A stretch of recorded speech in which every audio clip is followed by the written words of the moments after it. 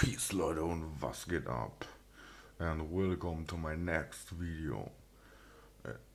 The next creepy story is Ronald McDonald Lego.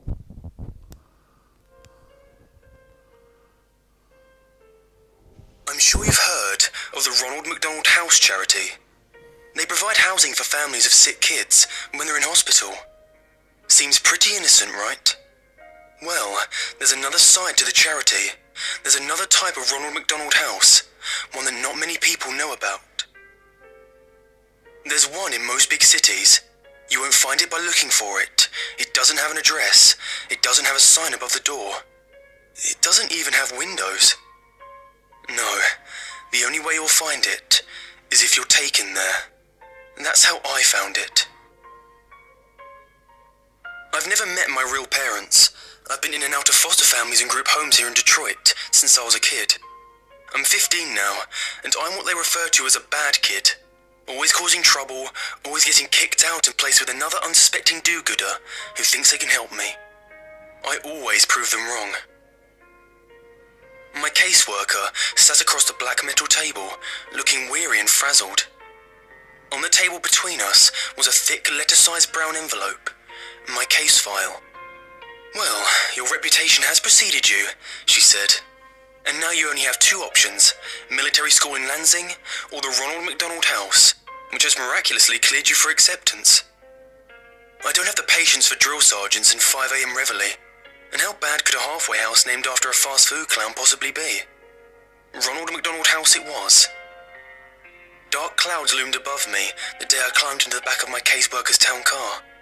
My few belongings in a backpack and the clothes on my back, that's all I could take. One of the few belongings I had was a photo album, filled with pictures of all the foster families I'd been with. It was nice to remember some of them, even though I'd royally fucked it up each time.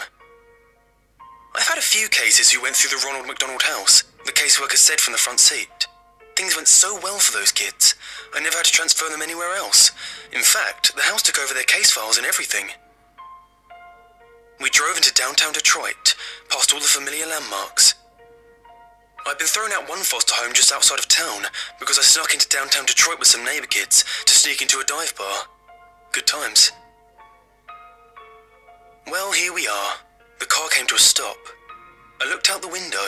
We had parked in front of a tall, grey, windowless building, sandwiched between two other industrial buildings on a narrow city street. I noticed there was an address on the building to my left and one on the right, but none on this particular building. Not even a sign. "Are you sure?" I asked, hesitating as I opened the car door and climbed out of the back seat. I slung my backpack over my shoulder, clinging tightly to the strap, and followed the caseworker up to the windowless metal doors. She pressed a buzzer and spoke to someone inside. The doors clicked to unlock. We walked in. As soon as the metal doors closed behind us, I noticed the pin-drop silence. It was the sort of silence that is so oppressive and empty, it almost deafens you. Across the dimly lit lobby, there was a glass window with someone inside. A secretary. She was turned away, typing something intently. We walked over to the window. The caseworker rang a bell on the counter, and the secretary spun around in her chair. Her face was painted like a clown. Like Ronald McDonald, in fact. She even had the short, curly red hair. Otherwise, she wore a typical white nurse's dress. I wanted to laugh at how bizarre it was, but I couldn't. A chill swept down my spine. Something was not right. I watched as the nurse and my caseworker interacted. Paperwork was passed through the window. The caseworker slid my case file under the glass as the nurse slid her some papers to sign. As my caseworker signed the papers, the nurse looked at me. Her smile should have been warm and welcoming, but all I saw in her eyes was hunger. "I can't stay here," I stammered loudly. "Take me to military school in Lansing, please." "What's the matter, sweetie?" the nurse asked, her voice muffled slightly by the glass. "Afraid of clowns?" I looked into her hungry eyes. Now there was a malicious glint as she laughed. My caseworker laughed too, obviously, and said, Now, don't overreact. You'd hate military school. Besides, this will be good for you." "Yes," good for you. Before I could object, I heard a slam behind me. I spun around to see an open door in the far corner of the lobby, to the left of the front desk window. There was no one there, just the light that flooded in from the door. Then, the creeping shadows. Shrill, echoing laughter and growing shadows along the wall inside the door. "Oh," said the caseworker, "here comes the welcome committee." As I stared in horror, clutching the strap of my backpack, my caseworker patted me on the shoulder for the last time. "Don't worry, honey. It'll be different this time. You'll feel right at home here. I promise." She turned to leave. I felt bile churning in my stomach. "No," I said desperately. "You can't leave me here." "Oh no, I've got to get going. I never did like clowns." And with that, she left me there. The metal door slammed behind her, and I was alone. I faced the open doorway by the front desk again. The shadows had almost entered the room, and the piercing laughter was filling the lobby with sound. I ran for the front doors, pounded and yanked and pushed and screamed. Screamed for help, screamed for my caseworker, screamed for anyone, please God. I turned to see the nurse behind the glass, smiling at me again. And then, they entered, laughing all the while. A whole group of laughing nurses with clown faces and red hair. Some male, some female, but all with the same terrifying Ronald McDonald makeup. And in the dim light of the lobby, I could see the glint of metal tools in their hands.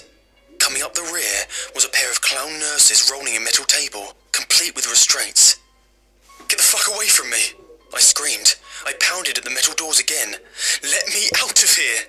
They surrounded me, grabbing me as I thrashed and screamed and tried to tear myself away. Laughing as I kicked and squirmed, they slammed me onto the rolling table and strapped me down. I looked around wildly. I was surrounded.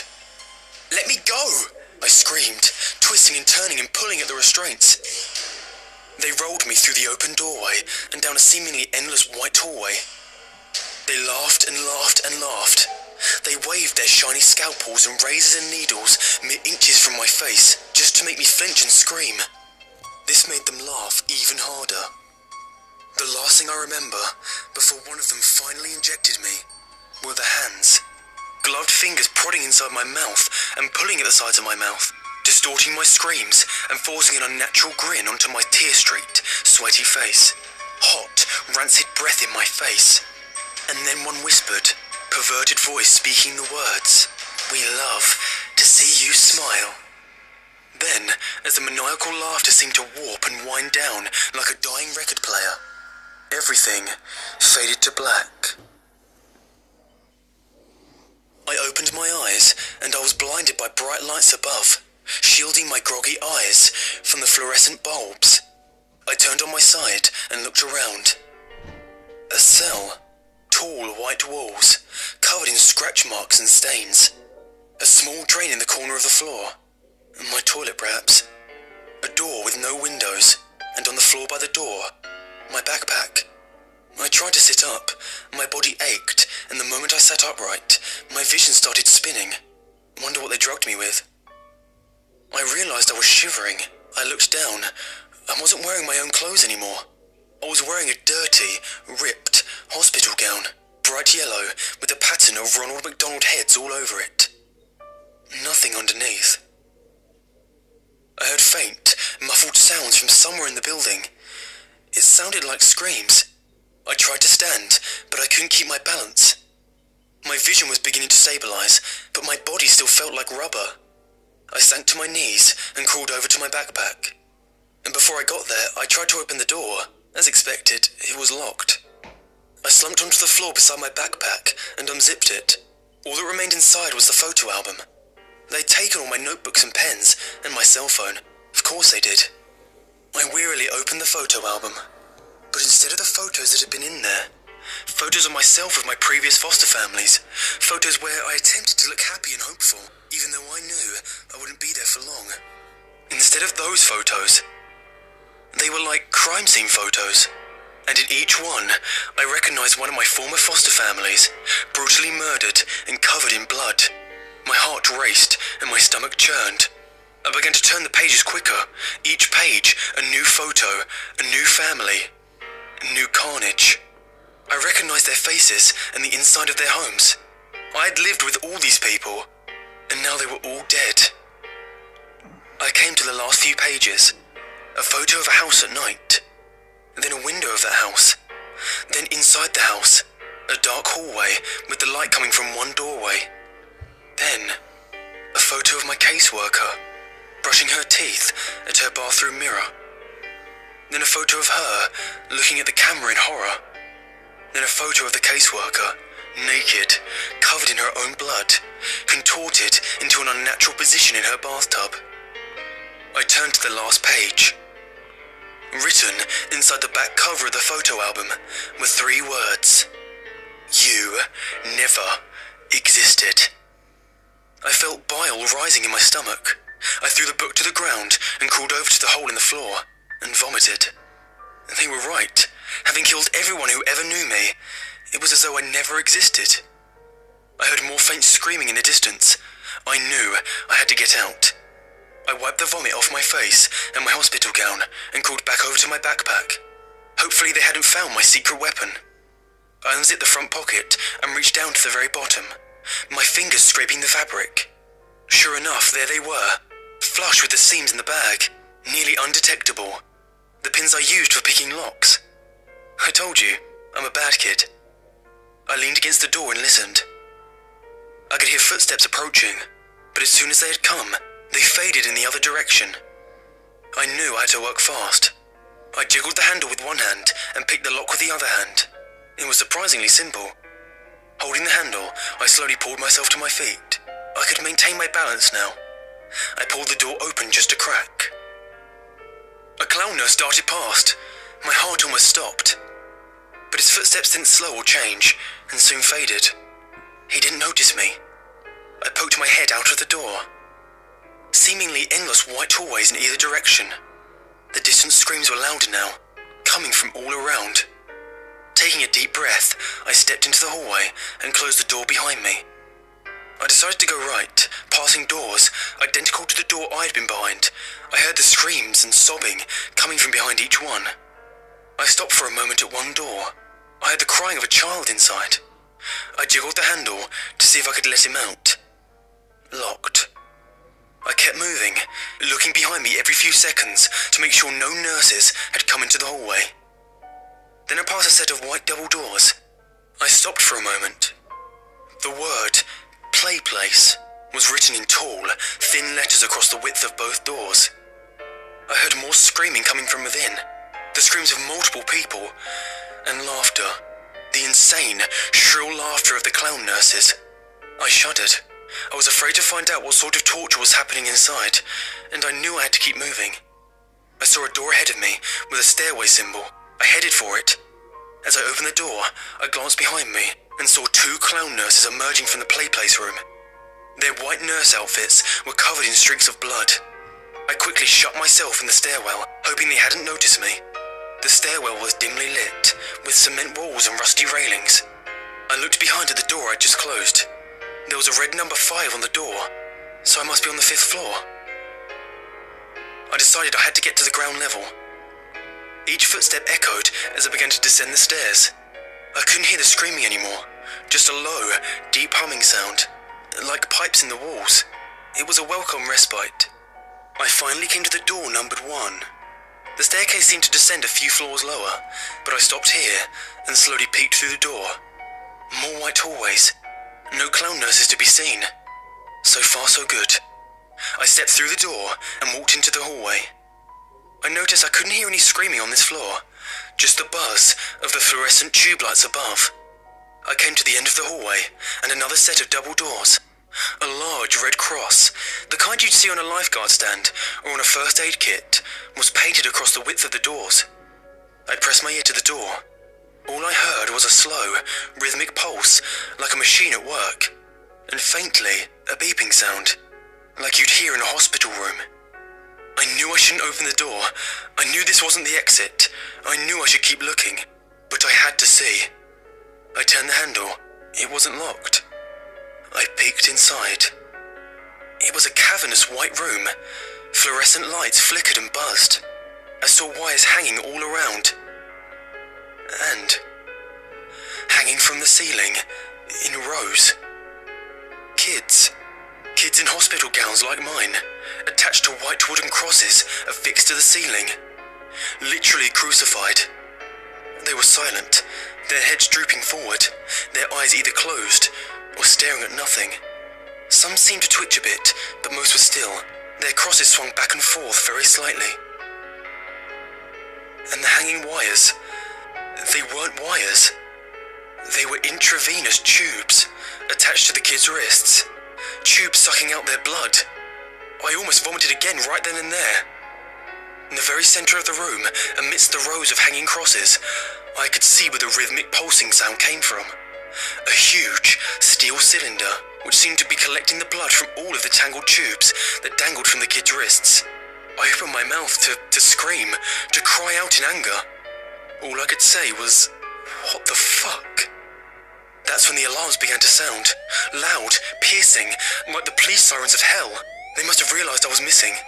I shut the doors and frantically glanced around the hallway to see if anyone was coming. No signs yet. I ran for the stairwell. As soon as I entered the stairwell, I heard laughter from above, echoing and reverberating throughout the stairwell. The clown nurses were coming. I stumbled down the stairs as fast as I could. I must have gone down another 3 stories before I reached the basement. I found myself running through a dark, sewer-like hallway, with small light bulbs overhead every 10 yards or so. The smell of decay and rotting flesh grew more and more pungent as I ran. The laughter continued behind me. I managed to glance behind to see a group of them running after me. I saw them come into the light and then become silhouettes again, their faces and gleaming knives and needles pushing my adrenaline to the max. I ran past alcoves full of stacked, rotting corpses, but I couldn't stop. I couldn't think of anything but escape. I turned a corner and found myself facing the metal rungs of a ladder in the wall. I climbed until my head smacked the ceiling. Below me, the shadows and laughter grew close. Their footsteps slowed. They were close, and they knew it. I pushed at the ceiling above me, heaving upward and panting and screaming. The clouds were below me, laughing and waving their scalpels. Something cut my leg. I screamed and pushed one last time. The ceiling gave way as a manhole cover slammed onto asphalt above. I climbed out and frantically pushed the manhole cover back over the hole, blocking out the laughter of the clown nurses below. I laid there on top of the manhole cover for a few minutes as I caught my breath. Rain fell onto my skin. The turbulent night sky above was a welcome sight. I looked around. Abandoned buildings, broken glass. No lights, no cars, no signs of life at all. A police siren somewhere in the distance, and then silence. An urban ghost town. I climbed to my feet. Pain shot through my leg. I looked down and saw the cut on my ankle where a clown nurse had slashed me. Bastards. Limping the best I could, I started to walk. "Hello," I called out. The only answer was a distant roll of thunder. "Somebody, help me, please!" My foot fell on something soft and mushy. I looked down. A newspaper. I peeled it off the wet asphalt. Most of the ink had faded, but I was able to make out the date. July 13th, 1992. I dropped it, an icy dread filling my stomach. I kept walking. "Can anyone hear me?" I screamed. "Please! Anyone! Please!" My words faded into delirious sobs. The rain had soaked through my thin hospital gown. I shivered as the wind blew. Then, I saw a light in the distance. It was a big, yellow M in the sky. A McDonald's. Of course. I limped towards it. When I came to the McDonald's, I saw that apart from the M, the rest of the building was completely dark. I walked cautiously towards the broken glass and looked in. Darkness. I turned and surveyed the play place outdoor playground. 10-foot-tall structures of coloured tubes for kids to crawl through. Sitting at one of the benches was a familiar figure. The Ronald McDonald statue. You know, the one where you could sit beside him and it looks like he's got his arm around your shoulder. Every kid has seen it. I shuddered at the sight. The doors were unlocked. I walked in, out of the rain. Silence. Darkness. I noticed that the decor wasn't like the modern McDonald's you see today. It was still the same as it was in the 80s, with the white plastic booths and the red and yellow tiles. The wind seemed to whisper through the broken windows. I noticed something on the front counter. I got closer. A laptop, a nearly new laptop. I let out a soft, delirious laugh. I knew what I was supposed to do. So I took the laptop outside and sat beside the Ronald statue. I opened the laptop and began to type this story. The rain is falling on the keys, but I don't care. There's nothing left to do now. But wait. Because I've been noticing, out of the corner of my eye, Ronald is trying to look over my shoulder. He's laughing now. All I can do is join him.